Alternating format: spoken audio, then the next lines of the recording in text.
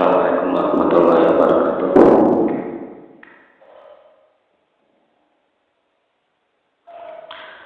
Alhamdulillahirabbil alamin.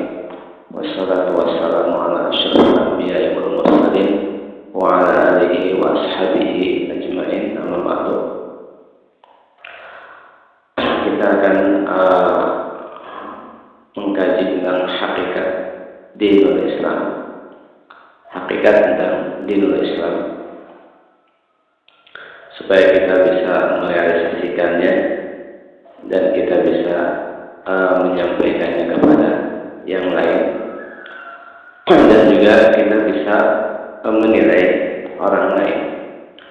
Karena pada zaman sekarang ini, orang ketika menyikapi sesuatu atau menilai sesuatu tidak mengacu kepada panduan Al-Quran dan As-Sunnah, akan tetapi lebih banyak mereka mengacu kepada keumuman pemahaman yang ada di tengah manusia. Dalam arti ketika mengacu bukan kepada panduan Al-Quran dan As-Sunnah, akan tetapi kepada apa yang umum dipahami oleh banyak manusia. Sehingga dengan hal itu banyak ketimpangan di dalam menilai, apalagi dalam merealisasikan hakikat din al-Islam.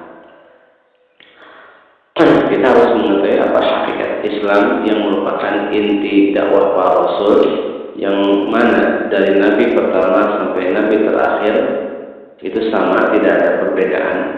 Al-Islam, al-istislam, keberserahan diri kepada Allah Subhanahu wa Ta'ala. Karena din para Nabi adalah sama semuanya, yaitu tauhidnya, hakikat al-Islamnya.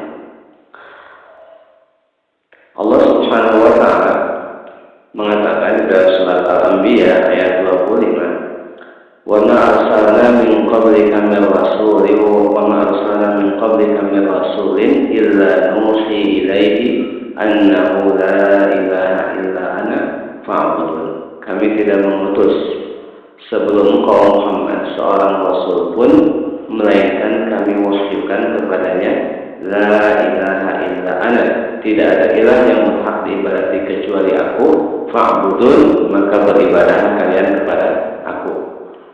Dalam ayat ini Allah Subhanahu wa Ta'ala menetapkan bahwa semua nabi diwahyukan la ilaha illallah.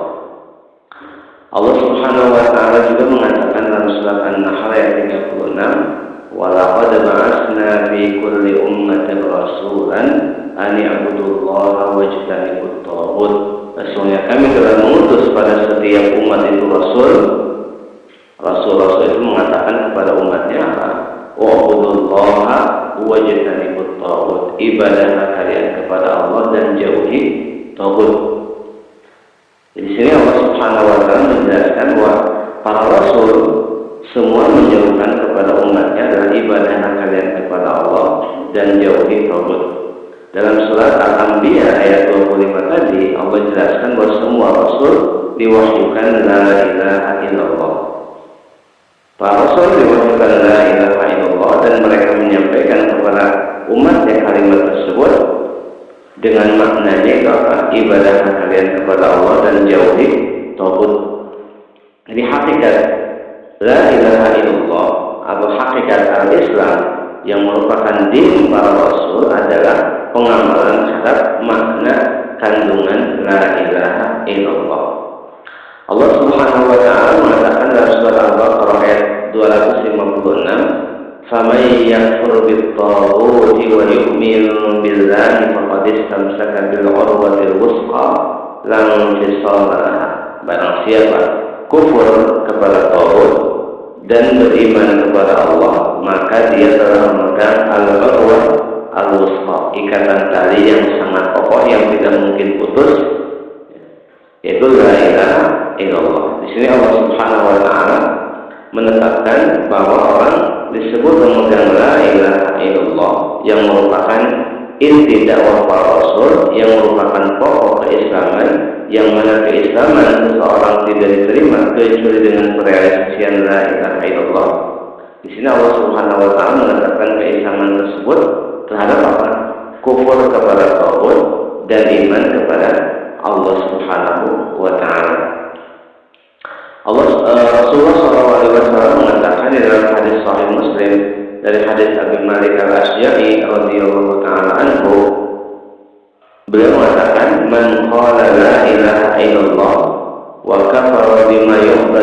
dunillah haruma damuhu wa maluhu wa hisabuhu 'ala Allah. Barang siapa mengucapkan la ilaha illallah yang tadi maknanya adalah kufur kepada tauhid dan iman kepada Allah, dan dia kafir terhadap segala sesuatu yang diibadati selain Allah, maka terjagalah harta dan darahnya dan perhitungannya atas Allah. Di sini Rasulullah SAW menetapkan status keislaman yang dengan seorang terjaga darah dan hartanya terhadap komitmen terhadap la ilaha illallah, yang diantara maknanya, separuh maknanya adalah kufur terhadap segala sesuatu yang diibadati selain Allah, itu kufur kepada tauhid. Jadi ayat-ayat tersebut dan hadis tersebut menetapkan tentang hakikat al-Islam. Hakikat Islam itu adalah pengamalan terhadap makna la ilaha illallah. Allah Subhanahu wa taala mengatakan dalam surat Al-Taubah ayat 5, "Fa in tabu wa aqamus salata wa atawuz zakata fakhallu sabilahum." Bila mereka telah taubat dari kemusyrikannya dan mereka mendirikan salat dan mereka menunaikan zakat, maka beri jalan mereka. Karena konteks ayat kaitan dengan faqtulul musyrikin haitsu wajadtumuhum wa khudhuhum wahsuruhum wa'budu lahum kulla marsad. Bunuhilah orang-orang musyrik itu di mana saja kalian dapatkan, tangkap mereka, kepung mereka, intai mereka di setiap tempat pengintaian. Kemudian bila mereka telah tobat dari syiriknya, mereka mendirikan salat dan mereka menunaikan zakat, maka beri mereka jalan, lepaskan mereka, jangan ganggu mereka. Di sini Allah Subhanahu wa taala mengaitkan keterjagaan darah seseorang terhadap taubat dari kemusyrikan. Taubat dari kemusyrikan juga mendirikan salat dan menunaikan zakat. Ketika orang merealisasikan hal ini, di antara yang paling pokoknya adalah apa? Tadi taubat dari kemusyrikannya, baru dari kemusyrikannya dia kufur kepada tauhid, menjauhi tauhid dan ibadahnya kepada Allah, maka terjaga darah yang tidak boleh diganggu. Juga dalam surat At-Taubah ayat 11 yang Allah Subhanahu wa taala mengatakan, "Fa in tabu wa aqamus salata wa atawuz zakata fa ikhwanukum fid din." Bila mereka telah taubat dari kemusyrikannya, mereka mendirikan salat dan mereka menunaikan zakat, maka mereka itu ikhwan kalian, satu din di dalam diri. Di sini Allah Subhanahu wa taala menetapkan ukhuwah imaniyah, ukhuwah islamiyah, persaudaraan di atas Islam terhadap 3 syarat. Pertama, tobat dari syirik, meninggalkan syirik, tobat darinya, terus mendirikan salat dan menunaikan zakat. Kalau orang merealisasikan hal ini, dan tadi yang paling pokok yang terdepan disebutkan taubat dari syirik, meninggalkan segala kemusyrikannya, baik syirik kuburan maupun syirik hukum dan yang lainnya, maka orang tersebut akan ikhwan fiddin. Artinya ketika orang tidak merealisasikan 3 syarat ini, maka bukan ikhwan fiddin. Ibnu Abbas radhiyallahu taala anhu mengatakan tentang ayat ini, dia mengatakan haramat hadhil ayatu dima'a ahlil qiblah. Ayat ini mengharamkan darah ahli qiblat. Lihat di sini ahli qiblat diharamkan darahnya dengan ayat ini. Berarti ahli qiblat itu siapa? Orang yang barok dari syirik, dia mendirikan salat dan menunaikan zakat. Kalau orang salat, zakat, saum, haji tapi tidak barok dari syirik, walaupun dia selalu menghadap kiblat, mengucapkan la ilaha illallah, dia bukan ahli kiblat. Karena ahli kiblat apa syaratnya? Bahwa taubat dari kemusyrikannya, meninggalkan segala syirik, mendirikan salat dan menunaikan zakat. Bila tidak terpenuhi, maka dia bukan ahli kiblat, walaupun dia salat menghadap kiblat atau mengaku sebagai orang muslim. Makanya Ibnu Taimiyah rahimahullah ketika menjelaskan ayat ini dalam kitab Syarhul Umdah fil Fiqh juz 4 halaman 73, beliau mengatakan fa'alaqa al-ukhuwata fid dini ala taubati minasy syirki wa iqamis salati wa ita'iz zakati wal mu'allaqu bisyarti yan'adimu inda adamihi faman lam yaf'al dzalika falaysa bi akhin fid din wa man laysa bi akhin fid din fa huwa kafir li'anna al-mu'minina ikhwah. Allah mengaitkan ukhuwah fid din ini terhadap tiga hal. Pertama, taubat dari syirik. Kedua, mendirikan salat. Ketiga, menunaikan zakat. Sedangkan suatu hukum bila dikaitkan dengan syarat, maka hukum itu menjadi tidak ada bila syaratnya tidak terpenuhi. Maksudnya tadi Allah mengaitkan ukhuwah fiddin, persaudaraan se-Islam terhadap tiga syarat: taubat dari syirik, mendirikan salat, dan menunaikan zakat. Bila tiga syarat ini tidak terpenuhi, maka hukum status orang sebagai akhun fiddin itu tidak ada. Makanya beliau melanjutkan, faman lam yaf'al dzalika, barang siapa tidak melakukan hal itu,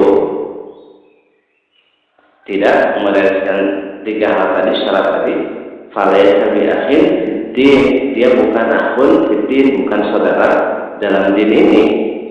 Wa man laysa bi akhin fiddin fa huwa kafir, sedangkan orang yang bukan akhun fiddin, orang yang bukan saudara satu din ini, berarti dia kafir. Kenapa? Li'annal mu'minina ikhwah, karena orang mukmin itu bersaudara. Karena Allah mengatakan innamal mu'minuna ikhwah. Jadi di sini Allah Subhanahu wa taala mengaitkan status ukhuwah fiddin terhadap tiga syarat. Yang bila salah satu syarat ini tidak terpenuhi, maka bukan akhun fiddin. Kalau bukan akhun fiddin berarti kafir. Orang kafir, bukan muslim. Kita taubat dari syirik, mendirikan salat, dan menunaikan zakat. Di sini taubat dari syirik baru dari kemusyrikan merupakan apa? Poin pertama, poin terdepan.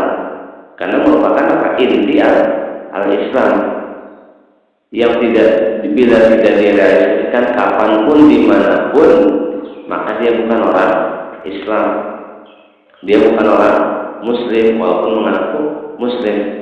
Dan ayat ini semakna juga dengan hadis yang diriwayatkan oleh Imam Al-Bukhari dan Muslim dari hadis Ibnu Umar radhiyallahu taala anhuma.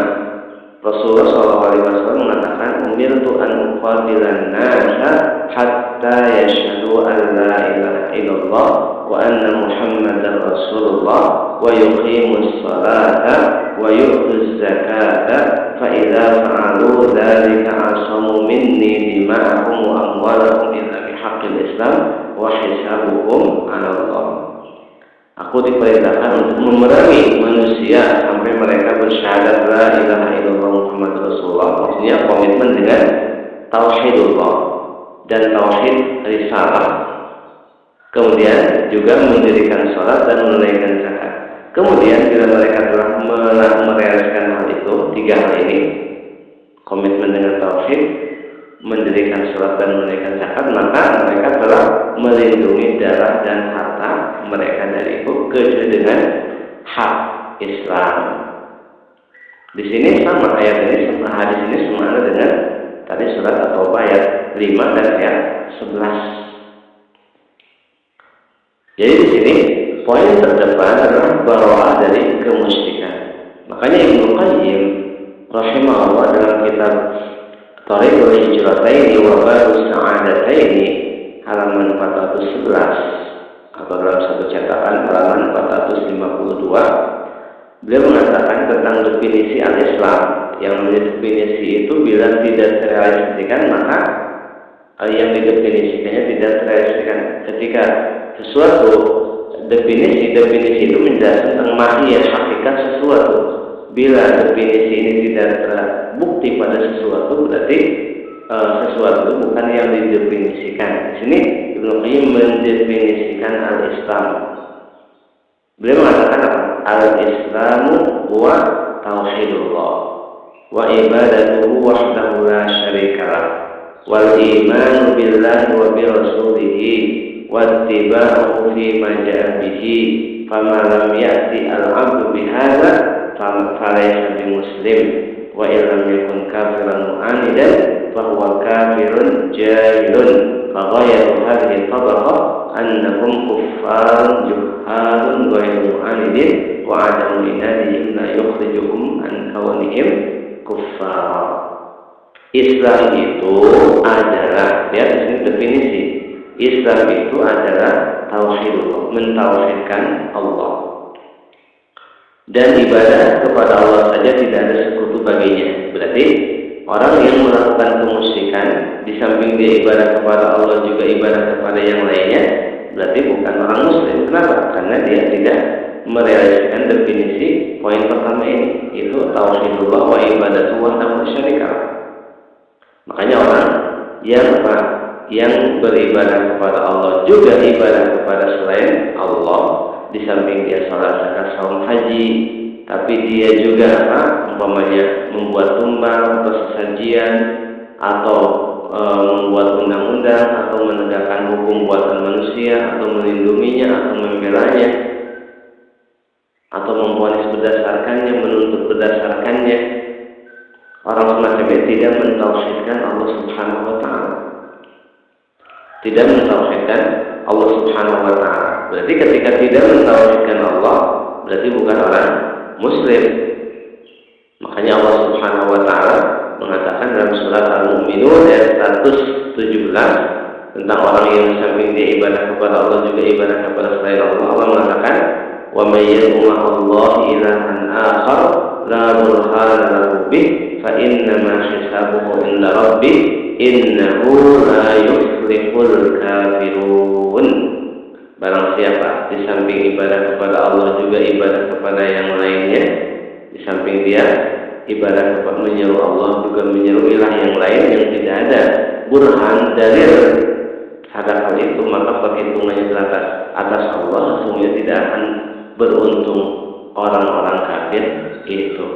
Di sini Allah Subhanahu wa ta'ala menyebut orang yang di samping ibadah kepada Allah juga ibadah kepada yang lainnya sebagai orang kafir, bukan orang muslim, walaupun dia ibadah kepada Allah. Kalau di samping itu ibadah kepada yang lainnya disebut orang kafir.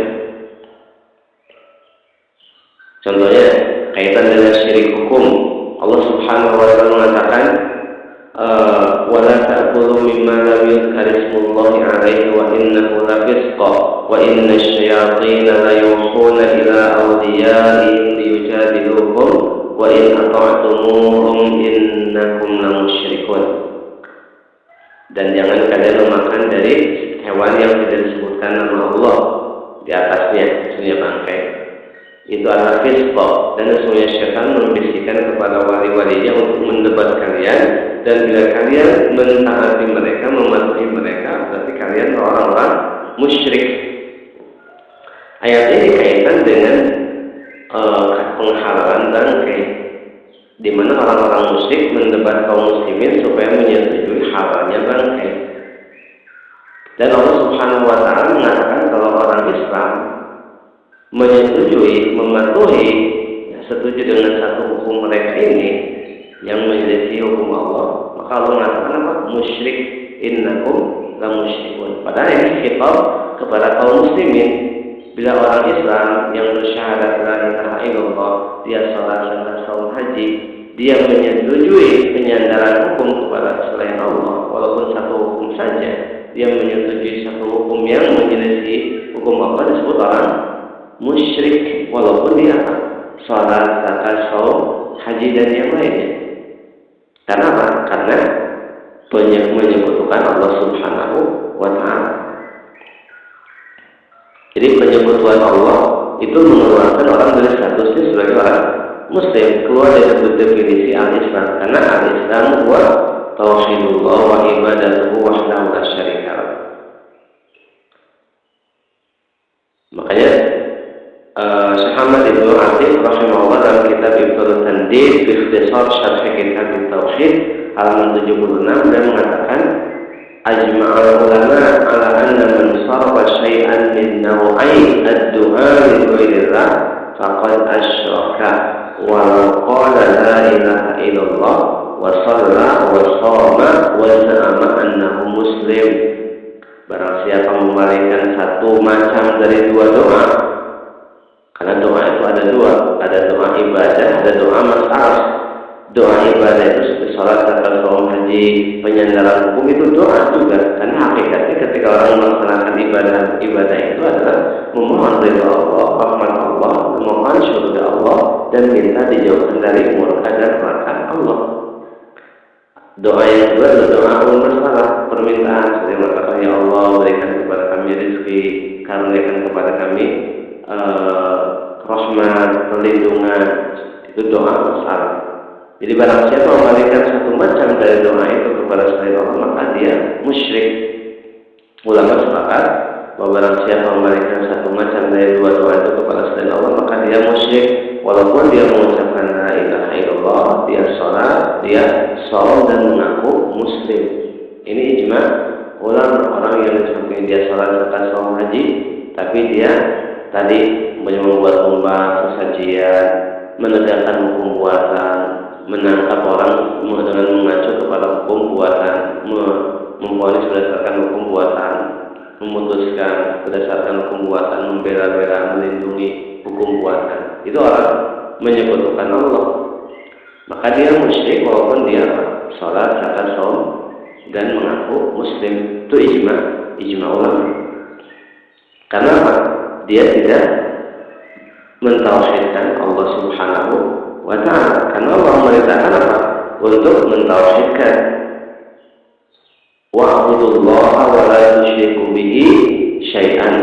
Dalam surat An-Nisa, ibadahlah kalian kepada Allah dan jangan kalian menyekutukan sesuatu pun dengan Allah. Jadi penyekutuan itu apa? Melenyapkan status keislaman seseorang. Sekali saja orang melakukan syirik akbar tidak taubat, dia musyrik, dia kafir, walaupun dia orang yang rajin beribadah. Jadi mentauhidkan Allah itu adalah hal yang paling pokok. Jadi tauhidullah wa ibadatuhu wahdahu la syarikalah. Ibadah kepada Allah tidak ada sekutu baginya. Al-Imam Su'ud ibn Abdul Aziz ibn Muhammad ibn Su'ud dalam kitab Ad-Durar As-Saniyah juz 9 halaman 270 beliau mengatakan man sarafa syai'an min dzalika li ghairillah fa huwa musyrikun sawa'un kana 'abidan aw fasiqan wa sawa'un kana maqsuduhu salihan aw fasida. Barang siapa memberikan satu macam ibadah kepada selain Allah, maka dia musyrik walaupun sama saja dia itu orang salih atau orang fasik yang melakukannya, dan sama saja niatnya itu baik maupun niatnya rusak buruk. Jadi status musyrik itu disandang oleh siapapun yang melakukan kemusyrikan selagi dia sengaja melakukannya, lagi tidak dipaksa. Walaupun dia ulama, kiai, ajengan, dai, ustaz melakukan kemusyrikan, dia musyrik. Preman melakukan kemusyrikan, musyrik juga.